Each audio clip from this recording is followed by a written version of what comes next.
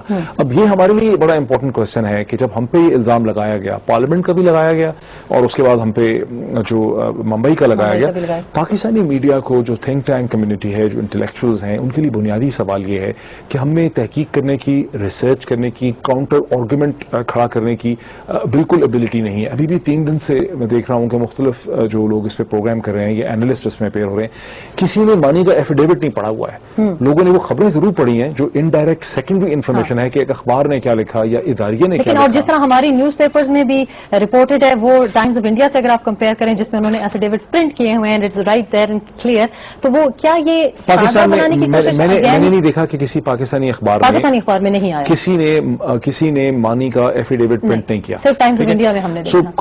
کوئی بھی جو ہے وہ معاملے کی تہ تک یہاں نہیں پہنچنا چاہتا. ہم اپنا ایک مدعا پریزنٹ کر رہے ہیں اور پھر میڈیا پہ پریشر پڑ رہا ہے لوگوں کی طرف سے کہ پاکستانی میڈیا بکا ہوا ہے، یہاں تو ہندوستان کی فلمیں دیکھی جاتی ہیں، ڈرامے دیکھے جاتے ہیں. ہم آپ کو یہاں پہ روکتے ہیں کیونکہ یہ بحث بہت دلچسپ ہوتی جا رہی ہے. چھوٹی سی ایک بریک لیں گے، کچھ ہی لمحوں میں واپس آئیں گے. ٹو اسٹے ود اس.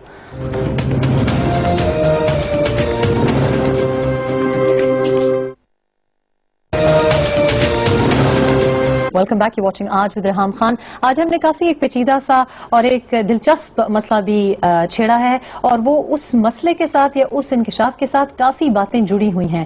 کچھ روز سے ہم کافی باتیں سن رہے ہیں، میڈیا کے اوپر انگلیاں اٹھ رہی ہیں، پاکستانی میڈیا کے کچھ ایلیمنٹس کے اوپر یا کچھ لوگوں کے اوپر انگلیاں اٹھ رہی ہیں، اور ہم نے بریک سے پہلے اس کو ٹچ بھی کیا. کلدیپ نائر صاحب ہمارے ساتھ فون لائن پہ ہیں. آپ نے سنی ڈاکٹر محیط پیرزادہ کی بات کہ جب بھی کوئی ظاہر ہے یہ اتنا سینسٹیو ایشو ہے کہ پاکستانی عوام ہو یا ہندوستان کا عوام ہو اور میڈیا جن کا تعلق ظاہر ہے پبلک ہی سے ہے, they have to tread on egg shells.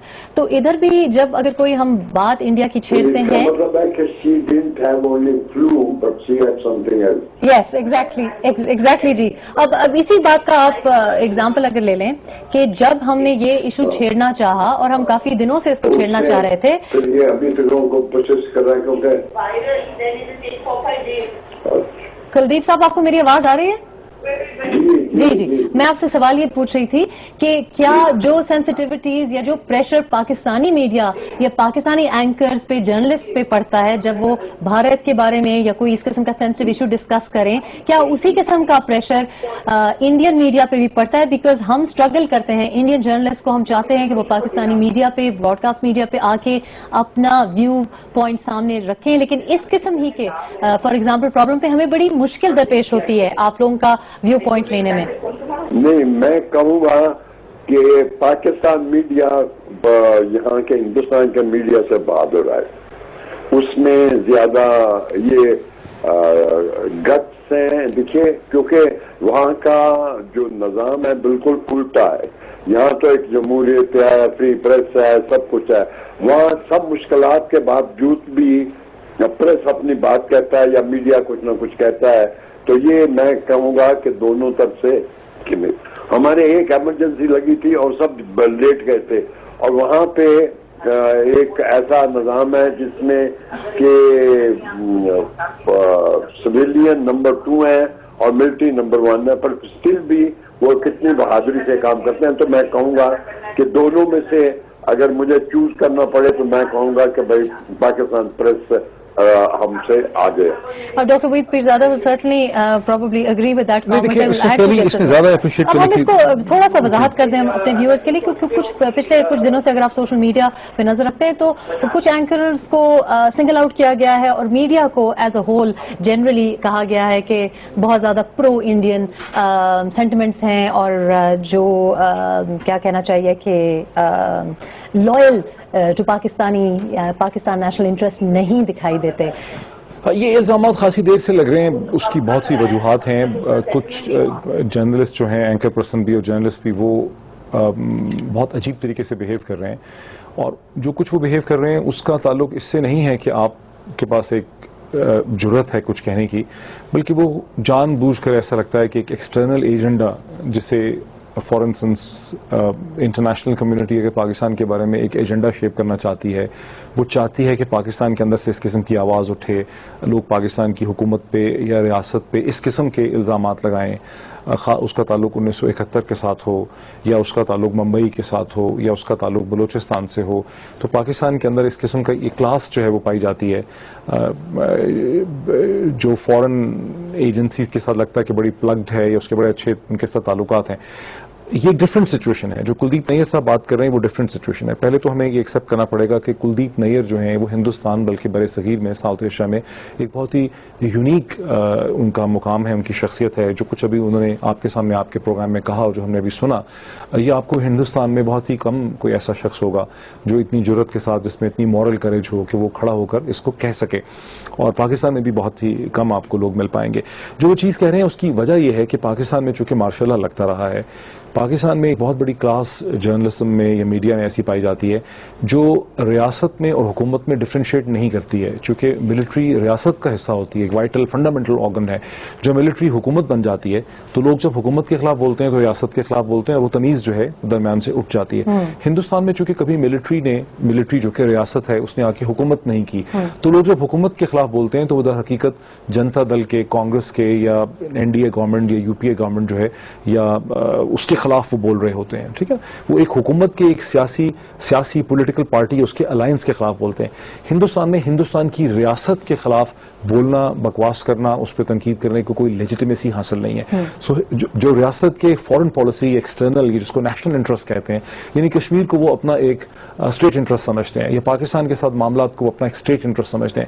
جہاں اسٹیٹ انٹرسٹ ان کا انوالو ہو جاتا ہے, جہاں چائنا ہے, جہاں پاکستان ہے, جہاں کشمیر ہے, وہاں ہندوستان کا میڈیا, امریکہ ہی کے میڈیا, کی طرح. آپ یہ دیکھ لیں کہ امریکہ میں میڈیا ڈومیسٹک پالیٹکس میں تو بہت آزاد ہے, ایسی کون سی چیز ہے جب انٹرنیشنل پالیٹکس آتی ہے تو ان کا میڈیا جو ہے وہ شرنک کر جاتا ہے. ریاض الدین شیخ صاحب سے بات کرتے ہیں. آپ کے ایکسپیرینس میں ظاہر ہے میرا پرسنل ایکسپیرینس یہ تھا کہ when I landed تو مجھے لگا کہ بہت سی باتیں ایسی کی جاتی ہیں کہ پاکستان میں فریڈم آف پریس نہیں ہے, فریڈم آف ایکسپریشن نہیں ہے.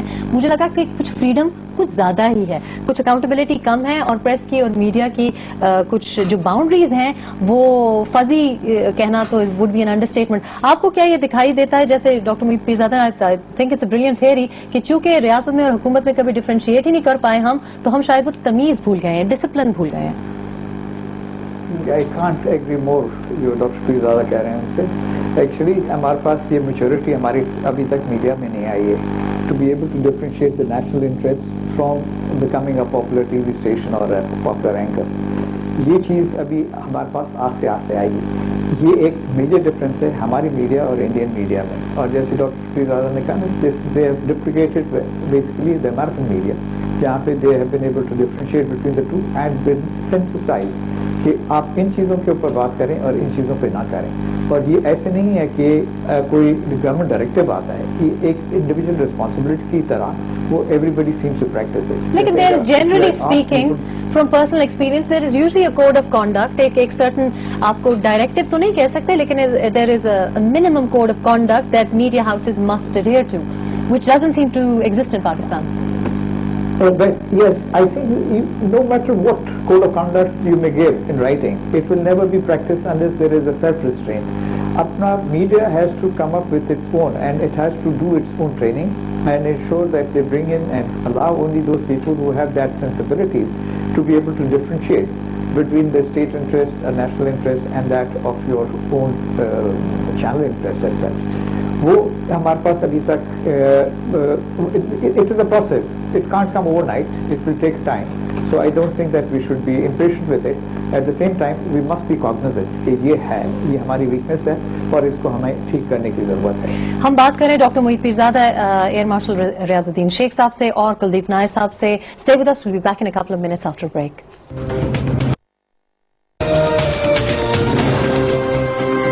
Welcome back. یو واچنگ آج ود ریحام خان. ہم بات کر رہے ہیں بمبئی دھماکے اور ان کی وجہ سے پاکستان کو عالمی سطح پر کیا نقصان ہوا. آپ کو سناتے ہیں کچھ سپیچز, کچھ کلپس اس وقت کے جب ان اٹیکس کی بات ہو رہی تھی اور سفارتی سطح پر انڈیا کو کیا فائدہ ہوا. With many citizens now convinced that India, the United States and Israel are getting together to attack. Sovereign nations obviously have a right to protect themselves. This weekend I told Prime Minister Singh of India that Americans stand with the people of India in this dark time. We have the strongest faith and confidence in India. India we see as a friend. India we see as a true relationship, strong relationship with Israel, and we will continue to work with India in any type of activity. We are behind India.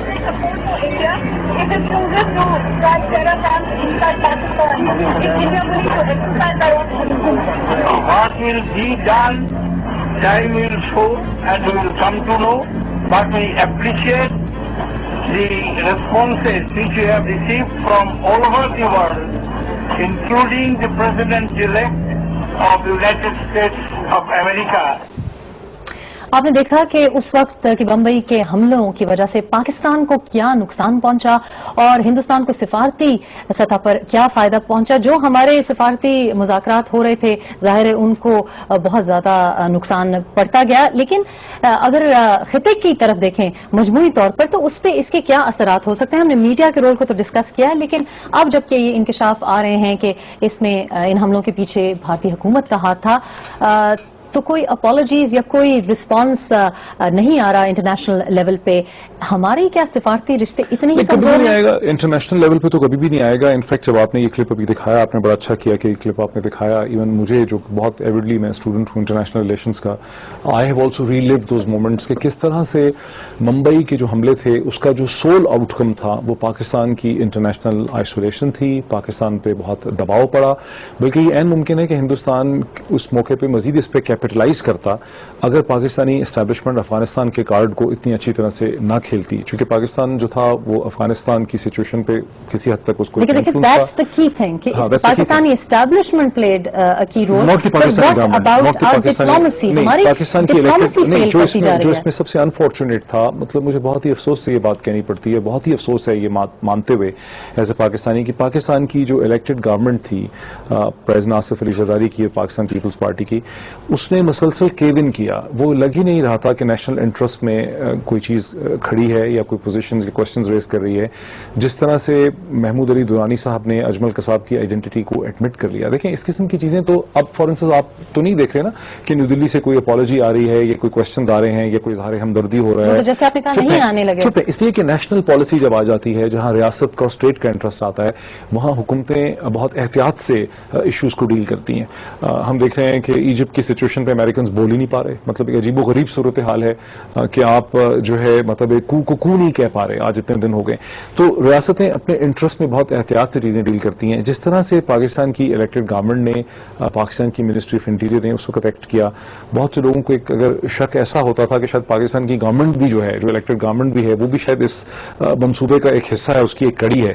ہم نے یہ question raise نہیں کیا کہ اجمل قصاب کون شخص ہے. چلیں اگر اجمل قصاب کی آئیڈینٹی کا ایک شخص فرید کوٹ میں, فرید پور یا فرید کوٹ میں اس کا وہ پیدائش بھی ہوئی ہے, اس کا ایک NIC نمبر بھی ہے, اس کے پیرنٹس بھی ایگزسٹ کرتے ہیں, لیکن جیسے ہسپتال کے بیڈ پہ ہمیں اور جس کی تصویر ہمیں ویڈیو میں دکھائی گئی, کیا یہ وہی اجمل قصاب ہے, کیا اس کی وہی ڈیٹ آف برتھ ہے, کیا اس کے وہی بہن بھائی ہیں, کیا اس کے وہی ماں باپ ہیں, اس کا اتنا اچھا جو مہاراٹی اس کا تلفظ اور ایکسنٹ ہے وہ کیسے ہے, کہاں اس کی ٹریننگ ہوئی ہے, کیا اس کی ایسی ٹریننگ پاکستان میں ہوئی ہے. اگر یہ واحد یونیک ہی ایسا پاکستانی کیریکٹر ہے, جتنے اور پاکستانی لوگوں پہ آج تک الزام ہندوستان میں لگا کہ یہ پاکستانی دہشت گرد ہیں یا پاکستان سے ٹریننگ پا کے آئے, ان میں سے تو کوئی بھی ہندوستانی بولی جو ہے ساؤتھ آف انڈیا کی اس طرح کی نہیں بولتا تھا جس طرح کی اجمل قصاب بولتا تھا. پھر وہ کون سا جہادی ہوگا جو پین کی حالت پہ, جہاں اس کو اوپیٹس دیے ہیں, مورفین دیے, ہاسپٹل میں ہے, زخمی ہے, وہ بھگوان کی کرپا کی بات کرتا ہے, بھگوان سے معافی مانگنے کی بات کرتا ہے. ہم امیجن نہیں کر سکتے, یعنی ہم میں سے نارمل جو انتہائی سیکولر یا ایتھسٹک یا نان بلیور مسلمان بھی ہیں, ہمارے منہ سے کبھی بھگوان نہیں نکلتا پین میں. ہمارے منہ سے جو جہاز کو ریمبلنگ ہوتی ہے, یہ جہاز ٹربولنس میں پھنس جاتا ہے تو اللہ علی نکلتا ہے ہمارے منہ سے, ہمارے منہ سے بھگوان نہیں نکلتا. تو یہ کس قسم کی ٹریننگ تھی جس کے نتیجے میں ایک لشکر طیبہ کا جہادی جو ہے. تو یہ سب کوشچنز جو ہیں یہ پاکستان کی حکومت نے ریز کرنے تھے, اور پاکستانی میڈیا نے بھی کوئی زیادہ چند لوگوں کو چھوڑ کے. میں آپ سے یہی پوچھنا چاہ رہی تھی کیونکہ ظاہر ہے میں باہر تھی جب بمبئی پہ حملے ہوئے, اور جو پرسیپشن کریٹ کیا گیا, تو now of course that's in the past. اب آپ مجھے یہ بتائیں ریاض الدین صاحب کہ یہ دکھائی دے رہا ہے کہ میڈیا کی بھی کچھ جگہوں پہ ظاہر ہے اسی وجہ سے شاید انگلیاں اٹھتی ہوں کہ جہاں ان کو اپنی جاب یا اپنا کام ذمہ داری سے نبھانا چاہیے, کیا وہ خوف ہے یا وہ مس گائیڈڈ انٹرسٹ ہیں, اور اسی وجہ سے ان پہ الزامات بھی لگتے ہیں. اور یہاں پہ جیسے ڈاکٹر صاحب کہہ رہے ہیں کہ گورنمنٹ کی بھی, انٹیریئر منسٹری کی طرف سے بھی یا ڈپلومیٹک لیول پہ بھی ہماری کافی فیلنگز ہیں, ہماری کافی کوتاہیاں ہیں, ہماری کافی اس قسم کی پرہیپس ایویڈنس آتی ہے سامنے کہ جس سے لگتا ہے کہ ہم بھی اسی منصوبے کا حصہ دکھائی دے رہے ہیں. لیکن اسٹیبلشمنٹ نے جیسے ڈاکٹر صاحب نے کہا اس وقت کارڈ پلے کر کے تھوڑی سی جو بچت ہو گئی ہماری اس وجہ سے ہو گئی. آپ کیا سمجھتے ہیں کہ اب جو نئی گورنمنٹ آئی ہے اس کے اوپر بھی اس قسم کے الزامات تو کم از کم آنے سے پہلے ہی لگ رہے تھے کہ کچھ انڈیا کی طرف سافٹ ٹچ ہیں, آپ کو ایسے دکھائی دیتا ہے؟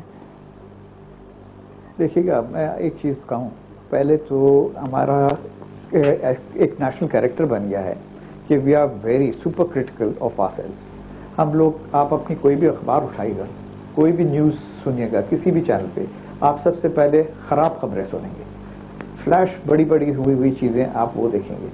کبھی بھی آپ اپنے ملک کے اپنی اچھی چیزوں کے بارے میں پہلے نہیں لکھیں گے. جنرلی یہ ہوتا ہے کہ جہاں پہ ایسی چیزیں ہوتی ہیں, یہ نہیں ہے کہ ہمارے ملک میں اس طرح کی چیزیں ہوتی ہیں, ساری دنیا میں ہوتی ہیں, وہ یہ انسائڈ پیجز پہ چلی جاتی ہیں اور وہ نیوز آئٹم کے چھوٹا ایک سیگمنٹ. With respect جی, I would disagree with that. I think اگر ہم سپر کریٹیکل ہوتے, اگر ہم اپنی اچھی طریقے سے تنقید کر چکے ہوتے تو شاید ہمارے حالات ایسے نہ ہوتے. We would have improved, but وہ جیسے میں کہہ رہا تھا نا, ابھی میچورٹی ہمارے پاس نہیں آئی ہے. We haven't started to recognize this fact کہ what are our assets. ہم لوگ we never speak about our assets. We talk only about our failings and faults. Yes, there has been a lot of shortcomings in all our